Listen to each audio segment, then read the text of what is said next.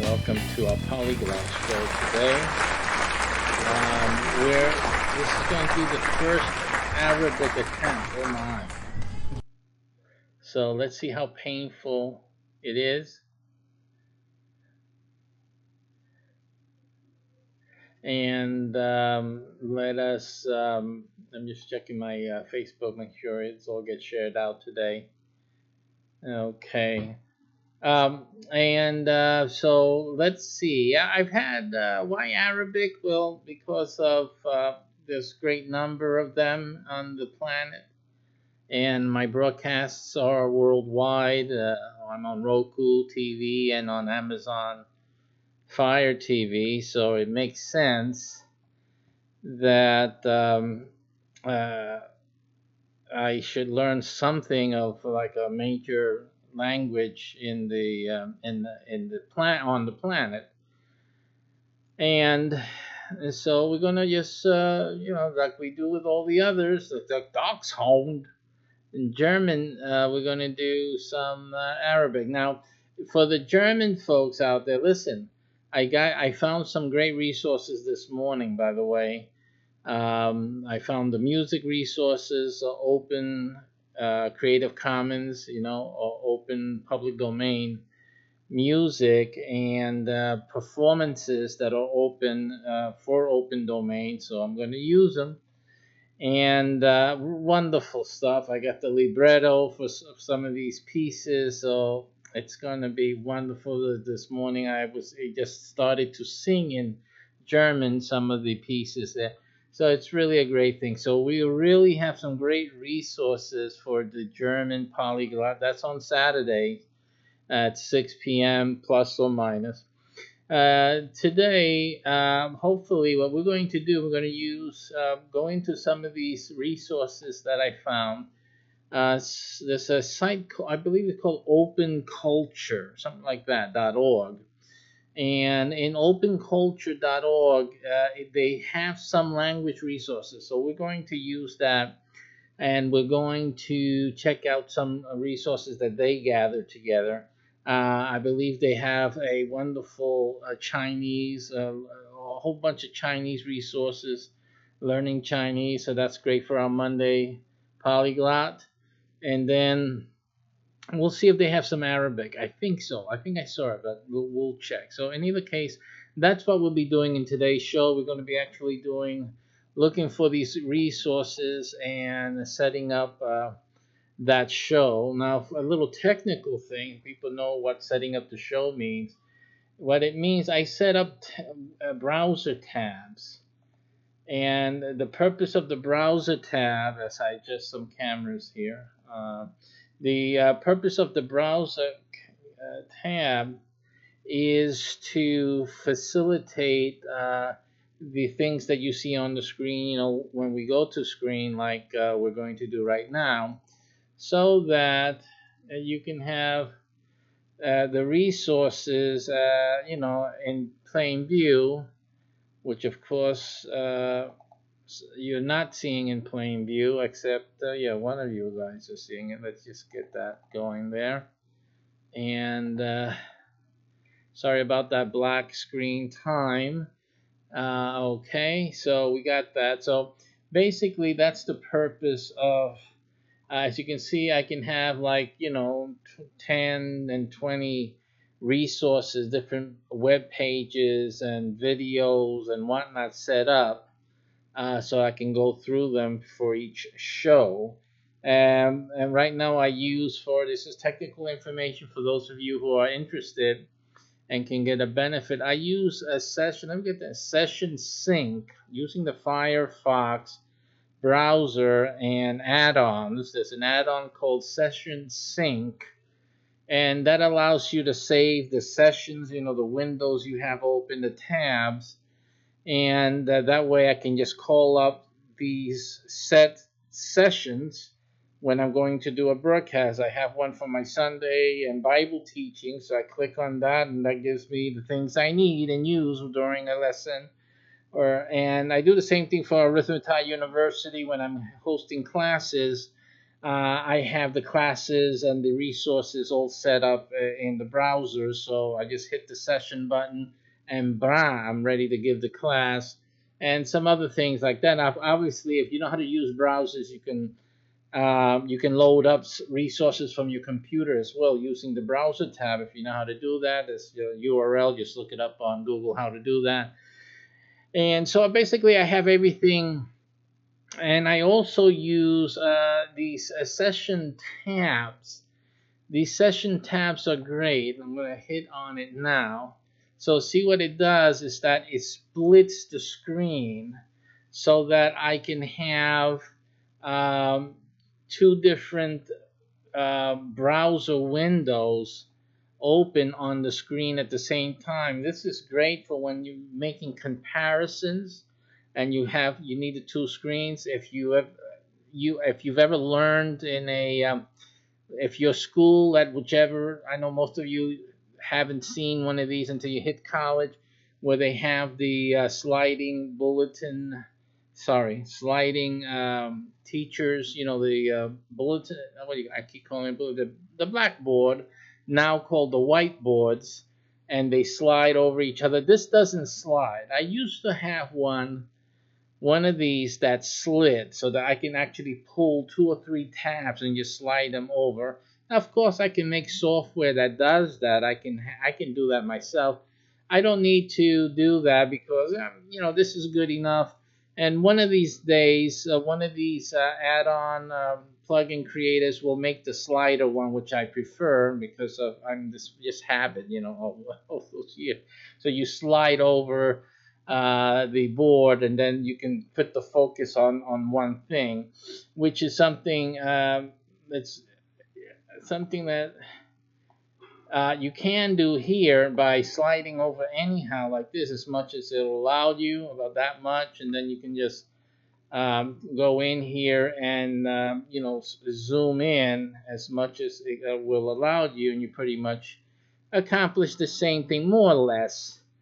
And then there's in-browser drawing or writing sites where you just load up the page, it's blank, and gives you some tools for writing or drawing. And we can actually do, college here, a real teaching lesson type of board type of thingy, and then have, again, when I want to show you the stuff on the map, then we can go to Google Maps and it'll be here. So you have this ability to, pretty much reproduce the lecture hall, if you will, that many of you may be familiar with for school or from college or higher education. Okay, so anyway, I just wanted to show you that, just to show you that as part of the setup, what we mean by setting things up for the class. Now, again, we always introduce the polyglots, that they're not classes. These are not language classes. These are language opportunities. Okay, that's the way I like to say that. On some of these classes, for example, I don't treat it like a classroom on purpose, and I don't show my knowledge of a language on purpose, because my main purpose is to encourage language learning and learning in general, because I'm not only going to show you language, I'm going to show you music, I'm going to talk about music and other things to expand your mind and give you ways to hook the language learning into with other facts and knowledge, and that'll help you build neurons and stuff like that. So that's a benefit that I'm making possible for you by including other things. But I don't want it to be too academic and too boring. So many would find it boring, because we want to extend this out so that people can take a few moments out of the day, like I'm doing every day when I can, and expose ourselves to new languages and to absorb some words, and start it's to get the ball rolling. And what I really want to teach or show you is how to self-learn. I think if I can show you guys through this experience how to teach yourself a new language or anything, um, that's would be a major accomplishment. More so than just teaching you one language well. So that's the reason I'm doing it the way I'm doing it. So I'm having fun with it. I'm joking. Some people say that's not the way you teach a language, and this and that. Just go take your stuffy shirt into school. I run the school. When I'm in school, I do the stuffy thing. And listen, I do the stuffy stuff better than you. I'm really stuffed up, okay? So, but this is not meant for that. And anyone who wants to learn a language well for a career, so that you can pass a test or whatever, you should, if you start with this at least and get your juices flowing, you should at least go and pay for some quality instruction after you use some of the free stuff that I'm going to show you week to week, when we do the classes. So that's my recommendation for you. Otherwise, for the rest of us, we can learn what we can learn, whatever we can glean from these shows, and laugh, all the way through it as best as I can do it. I'm not much of a comedian. I may be quite a comedian. It's not something that I've concentrated on, although I do have a show waiting for some sponsor to sponsor. But in any case, other than that, this is the funniest you're going to get me, unless we're sitting at a party somewhere and everybody's in with it. So, but other than that, that's what we're doing here. So that's the caveat to these shows. These shows are intended for entertainment purposes. And when I'm entertaining you, I'm always teaching. So there's always going to be something you're going to learn, but we're going to make it as fun as we can muster it, and that's that. So that's just the caveat, so that no one starts with the but you don't know this or you don't know that. That's not the point, baby. This point is to have fun and to pick up language and to encourage others to do the same. Don't be afraid or don't be intimidated by things you don't know. Just have some fun with it and pick up a thing or two. Today I was singing German in the car, and create and making new phrases from the words that I knew from the song that I was singing, and I just changed the song really, and it was fun, it was hilarious, because again I was talking about the dachshund in the song where it really doesn't belong at all, but it was just hilarious. So I was entertaining myself, but also bringing back into memory the words that we saw and that we learned. And that's the key of learning anything, is just to bring it back, use it. And the more you're able to use it in whichever situation, the better it is. And also, there was a moment where my wife had said something, I think she was referring to a song that she liked and this and that, and and they part of it was something saying that, I stand or something like that, and I remembered from the morning. You guys didn't see this in the German class, but this morning I learned I stand. One of the Bach canta arias, as a matter of fact, it says I stand in German. And so I learned that. So what I did was repeat that. You mean ich stehe. So I started using the new words actually that I picked up this morning and started using those. So again, it's an issue of taking the words that you learn and use them in your day to day wherever it can fit. Somebody says something, the word in Mandarin Chinese, then use it, say it, and just keep these words in daily usage. And that's how they stay with you. Okay, learning to read Mandarin, that's going to be another issue, but we're still dealing with that animal. So let's go into our browser and let's just look to, in a sense, translate the browser resources I have here for the German so far, and bring that in to see what we can find for Arabic for today's class. We're practically going to do the same for each of these English words, and we're going to just change it from German to Arabic. And so we have some actually. So you see that we have some words that are borrowed from Arabic. So that's good. This one was 76. What is this? This is in German, derived from German. So we're not going to use this in this thing any longer. We're going to use this to do translation from Arabic into English. So we'll change that. This is some resources we found for our German classes. These are the open, public domain Johann Sebastian Bach pieces that we can refer to. But we won't need this for the Arabic. We'll find something else. And we'll leave the Scrabble thing there just for fun, just to see if there's Scrabble words that we can give you that are Arabic actually.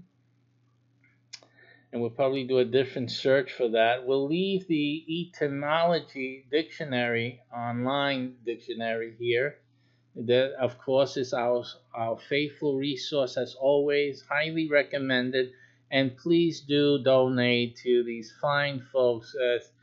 This was and it was started, it still is an act of love, and it's really a great act of love, education and keeping the original words someplace, a resource that people can reach, because you really need this stuff, guys. Really do. You really need to know what the word actually is supposed to mean, as opposed to what people are using it for today. Okay, it's really important. Now, we have here some public domain Bach cantatas. Again, we're doing Arabic, but at least you can see what we found for our German polyglot. What I'm going to do here is just put some Arabic resources, or what should I put, documents, public domain, Arabic. Let's leave it as that and see. This books, music, just give us a rounded type of collections of things that we can look through during the week actually, because I don't want to waste your time actually picking through these things, but just giving you an idea how to do searches for relevant materials that can help you pick up a new language or even a new branch of science, meaning knowledge, for yourselves. This is the Olive Bach on this site called Open Culture. Now, again, they have wonderful resources for our German music needs. But what we're going to look at here, this open culture is about, let's read it, what they say about us. It's right here. It says, open culture scours the web for the best educational media. We find the free courses and audiobooks you need, the language lessons and educational videos you want, and plenty of enlightenment in between, which I say very well done and very apropos and absolutely right. They have done some great stuff here. So bookmark that, openculture.com. And there's some great stuff you're going to see here. This is not just Bach by no means. There's so many things here. You got great recordings here from people like Albert Einstein, Bill Murray, Hemingway, Shakespeare, stuff like that. Well, Fitzgerald reads Shakespeare. Fitzgerald reads Shakespeare. And a lot of guys and gals here, important people, great contributions to culture. You have free movies here as well that you may not be able to find other places. These are open public domain at this point. Book lists also. We have free language lessons. This is something I wanted to show you guys too. Free language lessons. See that? And they look what they have. Look at here. They have Arabic. So we're going to check on that. They have Chinese, and I already told you about that. They have tons of stuff here. Tons of lessons and all that. So we're going to have a lot of fun with that. English, of course, French, German. So we have some more resources. Italian, Russian. All of our shows are here, right? All of the shows that we're doing are basically here. So that's great. And then they have a general tab for all languages. They have free ebooks here, a lot of literature here, and audiobooks, giving you that heads up there. Free textbooks as well. So you can learn yourself some learning. And K-12 resources, or again, all free. Teacher resources, test prepping, things for you, helping your kids get along. Very good resource here. Free art and images here from the Guggenheim and other museums. Free music. We have the old Bach organ works, all of Bach, which is how we found this site. You have 80,000 classical music scores. Oh, wunderbar. And free classical music, live classical music, 9,000 Grateful Dead concerts. Hey, and they made it as equal billing with Bach. Hey, and then Alan Lomax Blues and Folk Archive. That's the way they made it. I'm telling you. Okay, writing tips also for those of you who are aspiring writers from the greats. And you can search by categories if you have certain categories of things you want to research: Apple, architecture, archives, art, astronomy, audiobooks, beat and tweets, biology, books, business, chemistry, a bunch of things. Everything's here. Education. This is just, you just gotta get out here. Open culture. It's really great, and they're all free resources, wonderful resources. So let's look for Arabic, which is the thing that we want to peruse. And here we are, open culture. And this is, remember, you got to be careful when you go on certain websites. Usually when you see some menu items like that on the top, it's not the website. Okay, and there's usually always a little triangle or symbol, something above. That's what you have to check first, because this is Google Ads. Okay, these are just advertising. So this is not part of this website. And you just look, keep scrolling down and look for the real parts of the website when the article begins, etc., etc. Now they have Arabic lessons on Spotify. There's over 12 hours of Arabic lessons for beginners. Here you have Arabic for Beginners 1 YouTube free. That's from the Dalarna University in Sweden.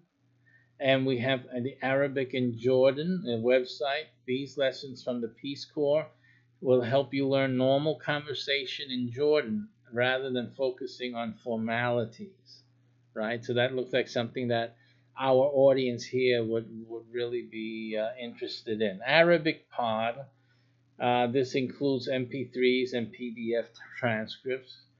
Foreign Service Institute, written Arabic. It's the website, spoken exercises in Arabic and the printed transcription. 4 textbooks, PDF, and 31 audio lessons. Fantastic. Foreign Service Institute, Levantine Arabic. Also, Introduction to Pronunciation, textbook, PDF, and 19 audio lessons in MP3. Scroll down to the second set of lessons on this page. Foreign Service Institute, Saudi Arabic, covers the urban Hijazi dialect, textbook, PDF, and 51 audio lessons in MP3. Scroll down, right? And then survival phrases in Arabic. I think we can start with that one. Survival phrases provides the essentials you need to get around. Okay, so that's it there on that page. Let's go into, this is on iTunes, so I'm not going to go there on this show because I really don't use iTunes. Even though it's free, I'll look into it during the week, and we'll probably then have to do that next week. Then, because I don't want to waste time trying to sign up for an account, and all this type of thing. If you guys have iTunes, you can look up for those. You got the Arabic Pod, or the Arabic Pod or Arabic Pod, and the Survival Phrases Arabic. Look that up on your MP3, on your iTunes or Apple machine. This is from Carnegie Mellon, a mini course for individuals with no proficiency or extremely limited knowledge of Arabic language and culture who are about to begin study or work in the Arabic speaking context. So, this would be a place for us to go and see. So we get that loaded up. I just switched to something else. This is the all box. We don't need that for what we're doing now. That's the Chinese lessons. And we don't need that. We don't need that. We don't need that. We don't need that. Do we have the translator already open? Yeah, we do have one already open. We don't need that. And we don't need that. Okay. So basically, at this point, we have what we need to get started with the Arabic. And as we find more things throughout our pursuit, we will add them. Now, unfortunately, these guys don't have anything free here. It doesn't cost that much. It's just $25. Let's see, it's $25 per student, so it's not like it costs a lot. But again, for this show, we're just trying to do fun and free and whimsical. So we're not going to spend money on that. Arabic, there's Arabic lessons on Spotify, Arabic for Beginners, YouTube free. Let's go over there. I'm just going to show you that. I won't play it from YouTube here. Again, we're going to keep looking for resources.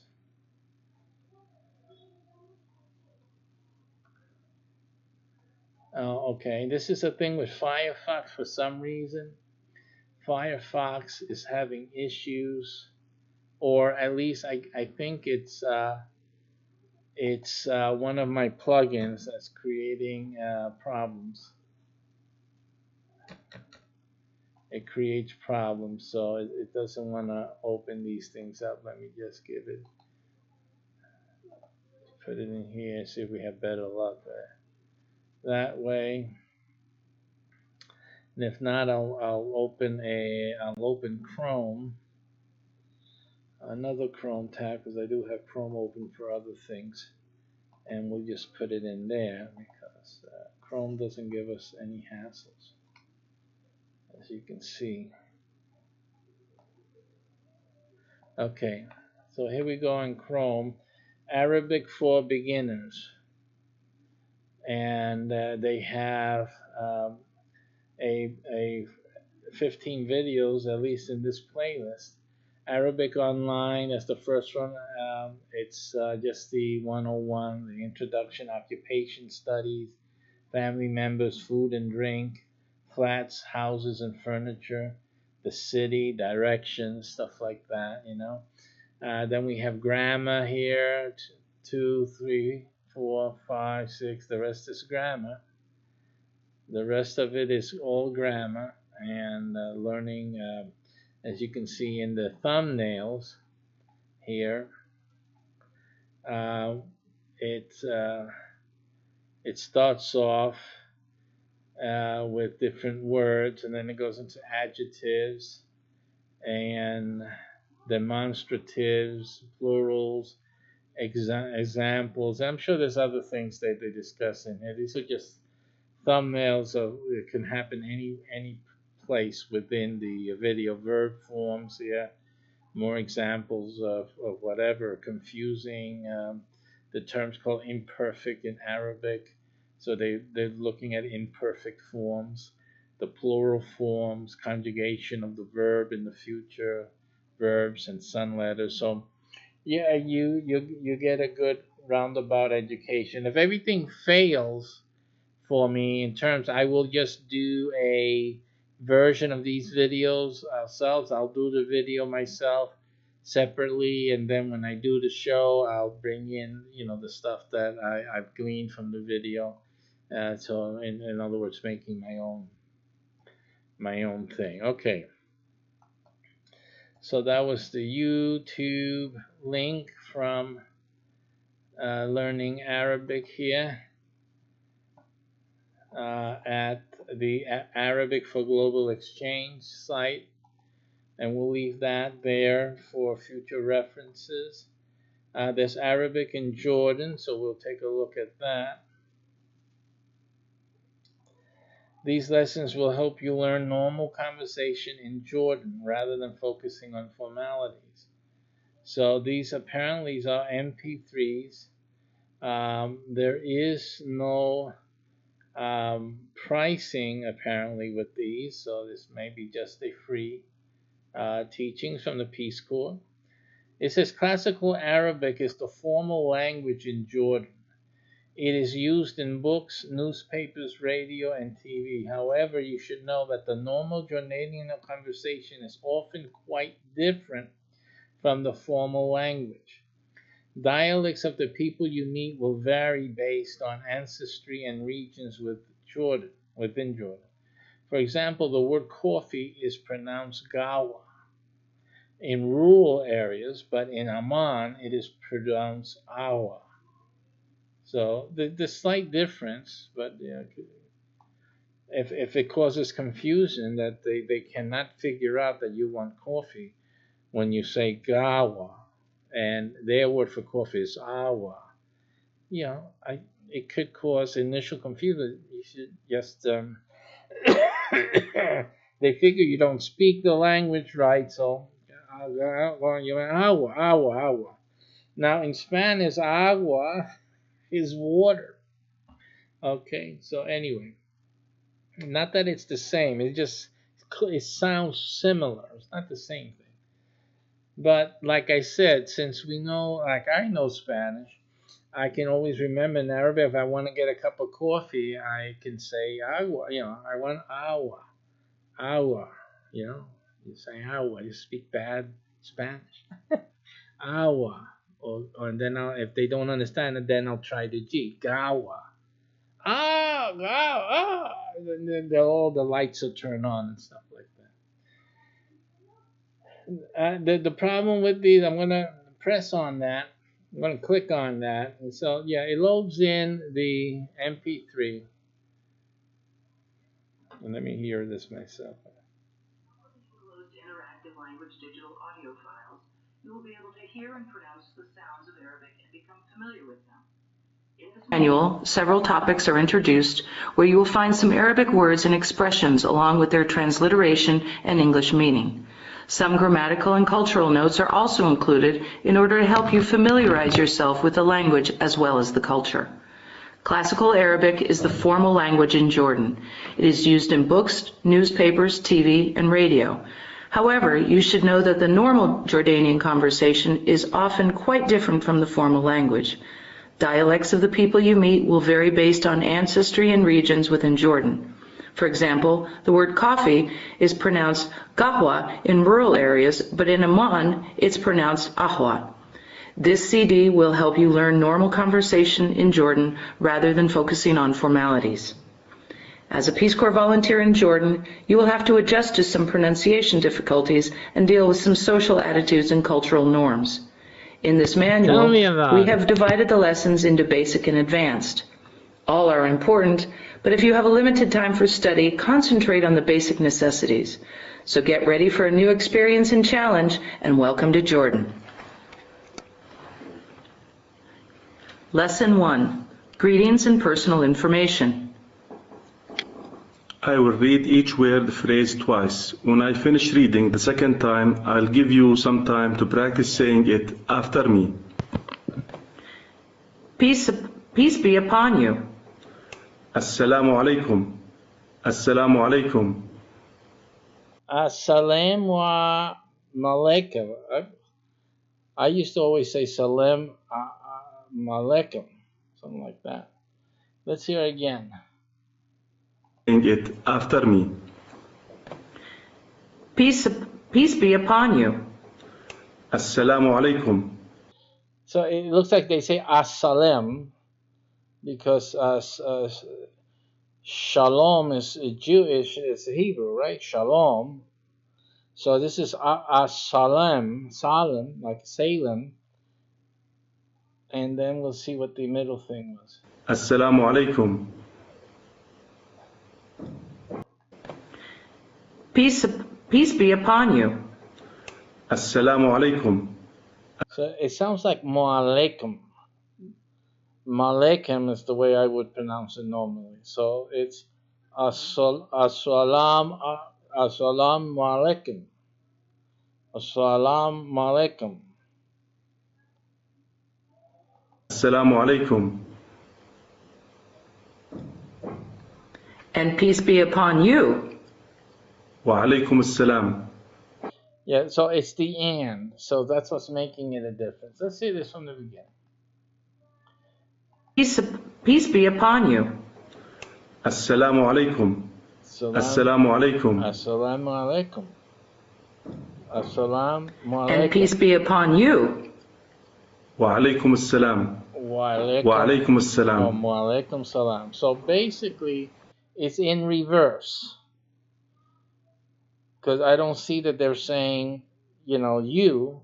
It's just the order of the word when it's said. So, salam alaikum is to give someone the greeting and the blessing, and then the return is reversing it, like it goes back. I wonder if they use that reasoning in all of the language. It would be interesting. Hello. Marhaba. Marhaba. Madhaba. Hello is madhaba. It's not haba the hot.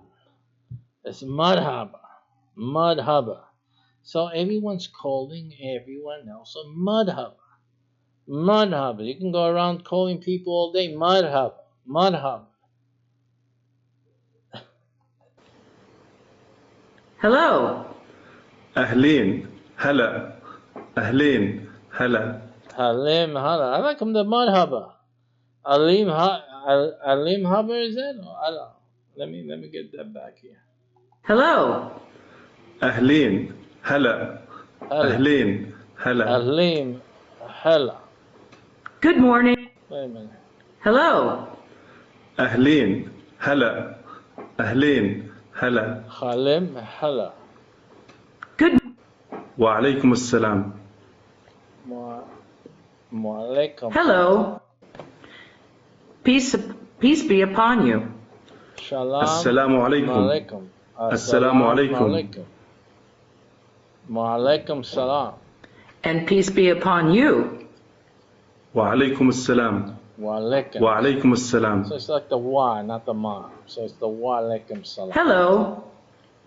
مرحبا. Madhaba. مرحبا. Madhaba. Hello. أهلين. هلا. Hela. أهلين. هلا. Hela. Good morning. صباح الخير. صباح الخير. Sabah akhir. Good morning. صباح الخير. صباح الخير. Sabah akhir. Morning. صباح الخير.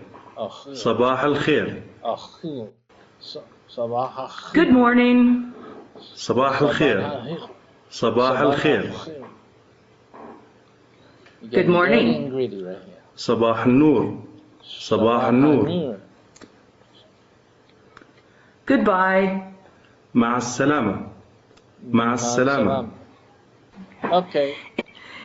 That's enough for today on that. That's a lot right there. Okay. So let me look also. So we got a lot of things. You got a lot here. Like I said, openculture.com. Look for the language. Find what they have.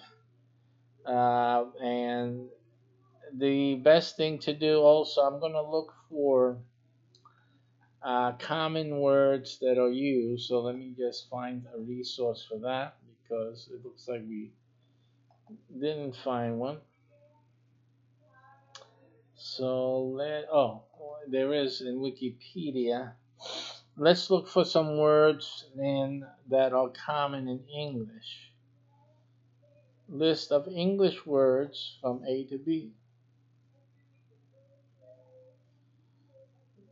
And here we have Admiral.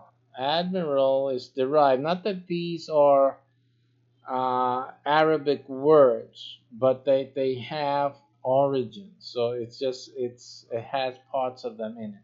Admiral is one of the highest ranks in some navies, and in many navies it's the highest rank. The rank is generally thought to have originated in Sicily from a conflation of Arabic. Amir al-Bahr, Prince in Arabic, supervisor in Turkic, commander of the sea, with Latin admirabilis, admirable. So that's where that came from. So admiral from emir. Okay. So then we have Adobe. Is the brick. The word is in a number of medieval Arabic dictionaries meaning brick. The Arabic dictionary Al-Jahari, dated about year 1000, made the comment that the Arabic word had come from the Coptic language of Egypt. In European languages, the early records are in medieval Spanish, spelled adoba or adoba, and adobe with the same meaning as today's Spanish adobe, sun-dried brick.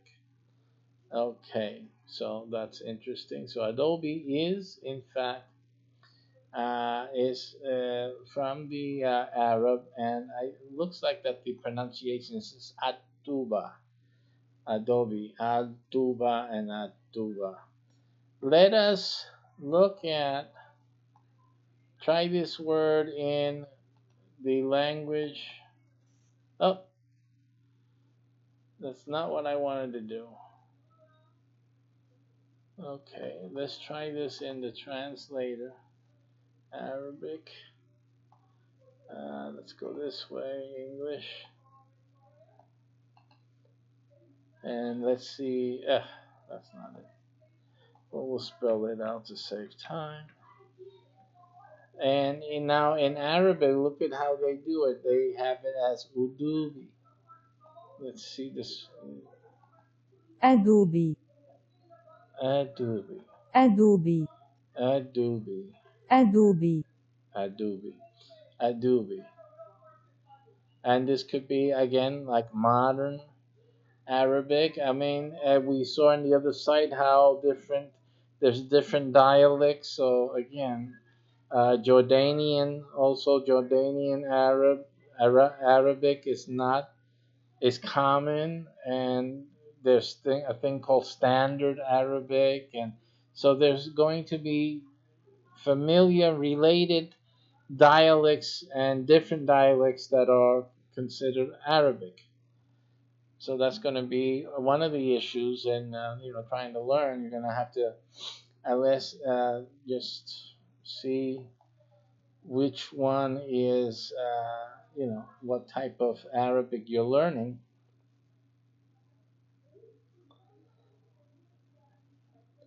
This is an Afrit. We don't going to be using that unless you're into demonology or anything like that. So the albatross is the medieval Arabic source word, was probably al-gahatas, al-gahatas, probably, yeah, which literally meant the diver. And meant birds who caught fish by diving. Sometimes meant the diving water birds. Right, because you know that in the ancient languages or languages from the old days, they weren't too precise. This happens also in the Bible. The words, the names given or references given are general, and just like in Arabic, describe the action or a characteristic. And as you know, there's a few things can share characteristics. So what in fact is it talking about?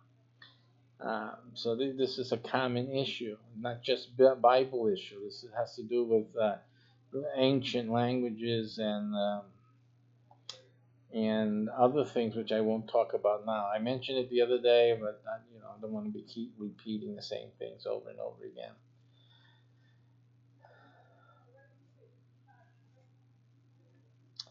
Okay, we get alchemy, chemistry, also alchemia, alchemy and medieval chemistry, and a lot is to be said, although also if in fact they are Arabic in origin, or is there just that the Arabs used borrowed terms from other languages around them and adopted them, and then and now we're saying that they come from Arabic. Is that really in fact true? So okay, so again, it's like are the Arabs the originator, or are they simply ones that modified a previous existing reference for their own language?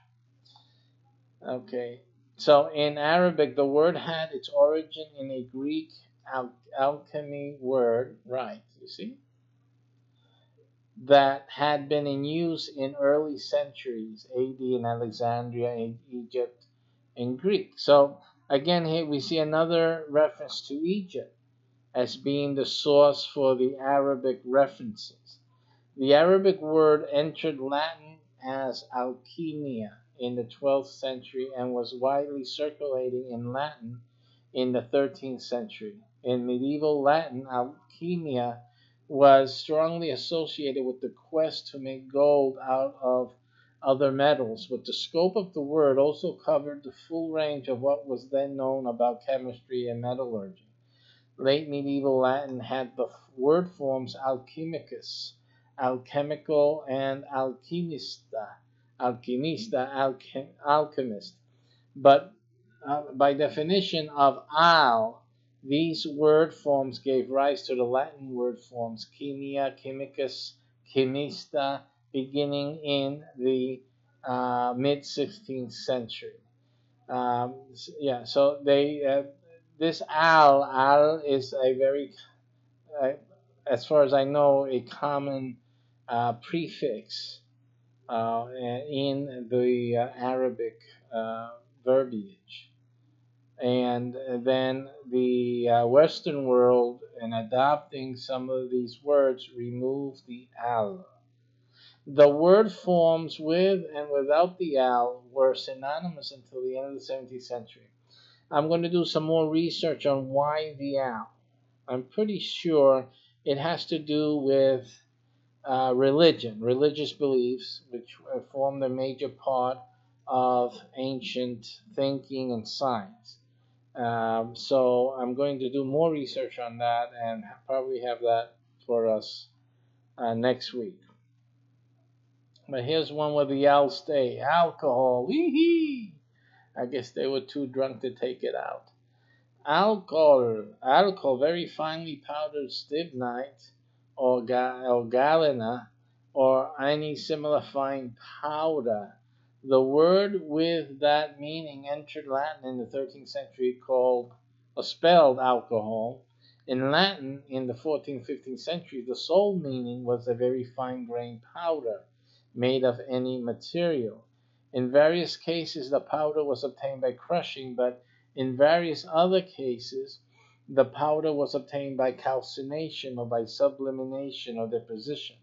In the alchemy and medicine writer Theophrastus Paracelsus, who died in 1541, the alcohol powders produced by sublimation and deposition were viewed as kinds of distillates and with that mindset he extended the word's meaning to distillate of wine. Alcohol of wine, ethanol, was its first known record in Paracelsus. The biggest selling English dictionary of the 18th century, Bailey's, defined alcohol as a very fine and impalpable powder or a very pure, well rectified spirit. Of course, in the Old English, spirit is referring to the drink, the alcohol. Why did they call it spirit? Because that comes from an older tradition, which is because when people drank a lot of it or enough of it, they lost self-control and seemingly was taken over by another spirit. This is why they call them spirits. These are spirits. You drink that, and then the spirits come in, and you lose your control, and other spirits take over. So that was a very ancient way of explaining what this thing was, and you just call it spirits in English. So that's how alcohol came into being.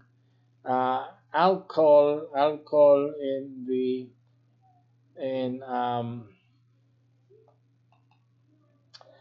in Arabic, but let us see what is the actual modern day word for it. So let's just paste that in there. Kahul. كحول Kahul. كحول Kahul. كحول كحول Let me hear that again, louder. كحول كحول كحول كحول Kahul. كحول Now you see that it says kaful, if anything. I don't know where they get the kafulin from. كحول كحول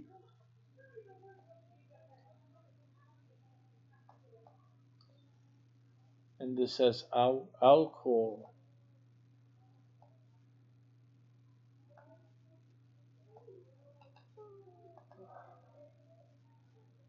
Let's check that again. It's like a JASH. And you see here is different. It doesn't have the thing here that looks like an H, right? Doesn't have. It has the J, the J looking thing. Does it have the A looking thing? Yeah, I see. No, it has. I see. It has this letter as the second letter here, and then with an H looking thing. So this is a different spelling of this word, or at least it's not the same. So they're not the same words. What they're giving us in Google is not the same word at all. It might mean the same, and again, that's the issue. So let's see here. do we see it here? We see alcohol here, spelled again a little different. And then we have alcohol spirit here, spelled that way. And that's, I think it's the same way they have it here. And that's the one that refers to the drink. None of these refer to the powder, which I would guess is the spelling that would be different. So, barring any other information, which of course we don't have right now, is simply that this alcohol is not the kafulin that is given as the modern day alcohol in terms of the drink usage of the Arabic. Okay, but things again that we will look more into as time progresses. Alcoba is a dome for, or cupola, and where we get alcove from. So it's pretty. If you're noticing, most of these words start with what? Al, right? Al, alembic, alcove, alfalfa, algebra, algebra, algorithm, alidad or alidade, and alkali, right? So a lot of these words have that AL in front of it. So that's interesting. At least it's interesting to me. So algebra is Arabic. Algebra, algebra, completing or restoring broken parts. The word's mathematical use has its earliest record in Arabic in the title of the book, Al-Mukhtasar fi Hisab al-Jabr wa al-Mukawala. I'm just guessing at the pronunciation. Translatable as the Compendium on Calculation by Restoring and Balancing, by the 9th century mathematician Muhammad Ibn Musa al-Khwarizmi. This algebra book was translated to Latin twice in the 12th century. In medieval Arabic mathematics, algebra and al-Muqabala were the names of the two main preparatory steps used to solve an algebraic equation, and the phrase algebra, al-Jabir, and al-Muqabala came to mean method of equation solving. The medieval Latins borrowed the method and the names. And I've long had issues with this because, and again, this is late. What is this? This is 9th century. 9th century. And the reason is because if you study history, I'm going to end the show with this explanation right now. If you study history, you will encounter uncomfortable facts, which we will also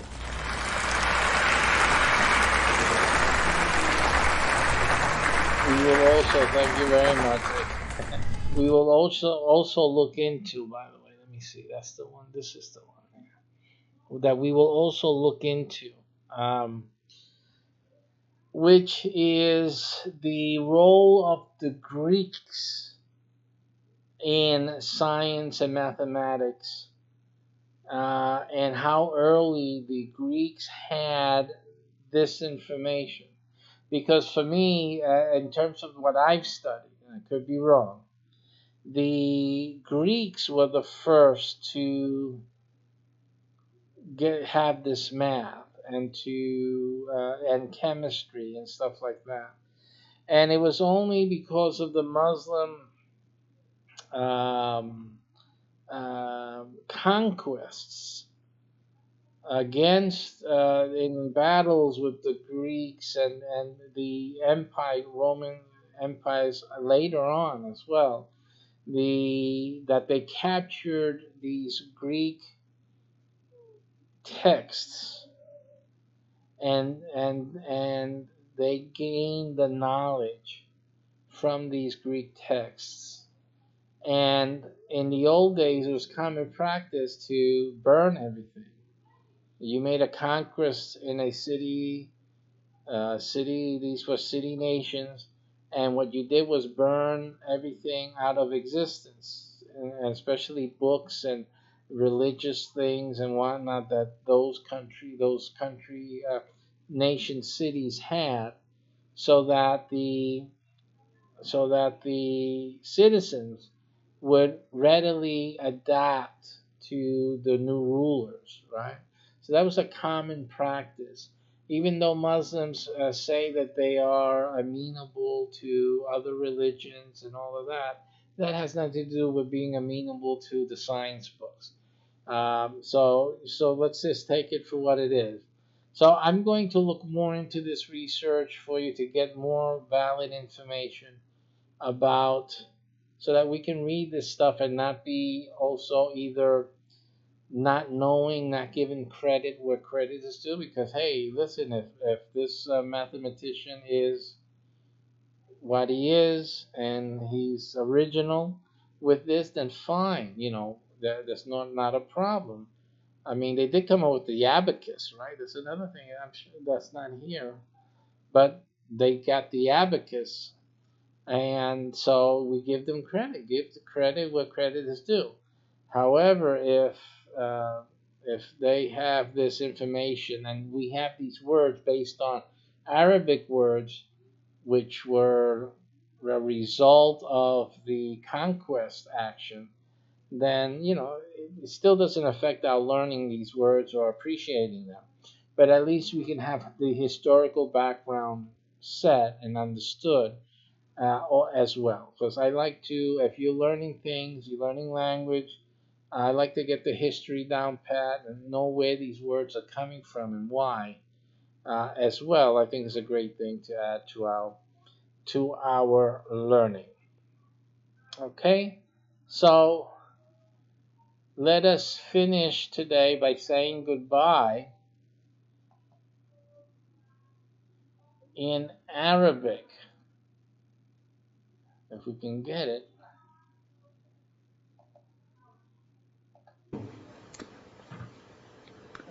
Goodbye. مع السلامة. أهلين هلا. أهلين هلا. That's saying hi. Good morning. صباح الخير. صباح الخير. Good morning. صباح النور. صباح النور. Goodbye. Goodbye. مع السلامة. مع السلامة. مع السلامة. مع السلامة, everyone. Thanks you for joining us today, and see you next time.